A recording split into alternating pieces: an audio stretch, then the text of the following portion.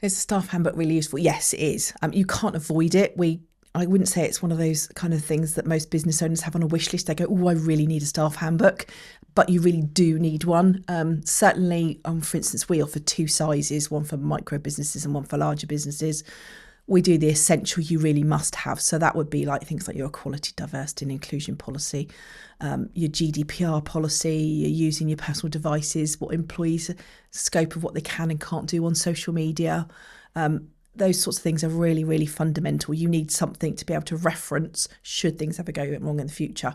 And then you get the more nice to have. So you can talk about your statutory policies. So things like your maternity, paternity, flexible working, all the things that affect you as an employer. You might want to define what that looks like as a process for you. So it's bespoke to you and in your language rather than, here's what the legislation says.